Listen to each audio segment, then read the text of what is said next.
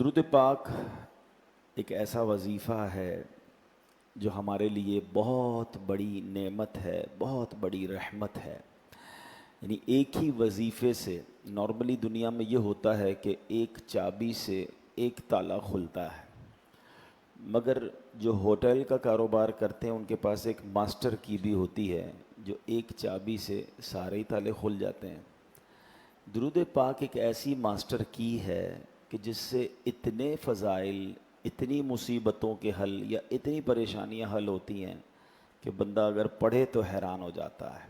یعنی ہوتا ہے نا، لوگوں میں کہتے ہیں بھائی کوئی روزی میں برکت کا وظیفہ دے دیں، کوئی کہتا ہے صحت کے لیے وظیفہ دے دیں، کوئی کہتا ہے جناب فلاں کام ہو جائے، اولاد کے لیے وظیفہ۔ الگ الگ وظائف، الگ الگ چیزیں ہوتی ہیں، مگر درود پاک کو اگر ہم غور سے دیکھیں اور جو حدیثوں میں اس کے فضائل آئے ہیں تو دنیا، آخرت، روزی، اولاد، پریشانیاں، تمام چیزوں کے لیے، یعنی اتنی لمبی لسٹ ہے کہ سبحان اللہ، درود پاک سے وہ مسائل حل بھی ہوتے ہیں اور مصیبتیں آسان بھی ہوتی ہیں۔ تو اللہ کرے کہ ہم درود پاک کثرت سے پڑھنے والے بن جائیں۔ ایک بڑی پیاری حدیث ہے، سرکار دو عالم صلی اللہ تعالیٰ علیہ وسلم کا فرمان ہے، جس نے مجھ پر صبح و شام 10 بار درود شریف پڑھا اسے قیامت کے دن میری شفاعت ملے گی۔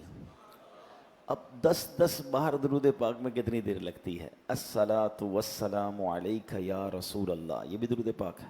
صلی اللہ تعالی علی محمد صلی اللہ علیہ وسلم، یہ بھی درود پاک۔ مختصر درود پاک بھی ہیں، تھوڑے طویل درود پاک بھی ہیں، لیکن فضیلت کیا ہے کہ سرکار دو عالم علیہ الصلوۃ والسلام فرماتے ہیں اس سے بروز قیامت میری شفاعت ملے گی۔ تو پھر کیوں نہ ہم درود پاک کثرت سے پڑھیں۔ اور یہ تو ایسا وظیفہ ہے کہ کہتے ہیں نا، جتنا گڑ ڈالو گے اتنا میٹھا ہوگا۔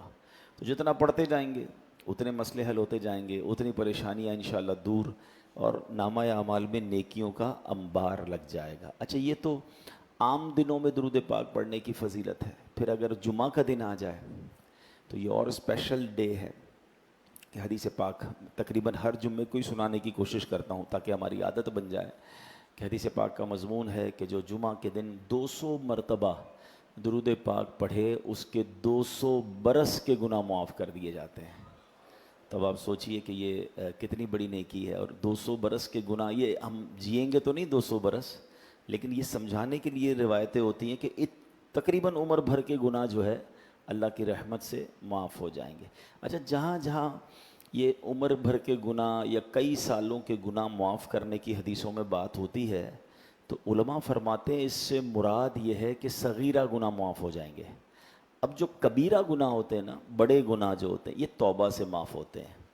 تو درود پاک کے ساتھ ساتھ استغفر اللہ ربی من کل ذنب واتوب الیہ، یہ صرف استغفر اللہ، توبہ کا بھی معمول بنائیں، استغفار کا بھی معمول بنائیں۔ ہم گناہ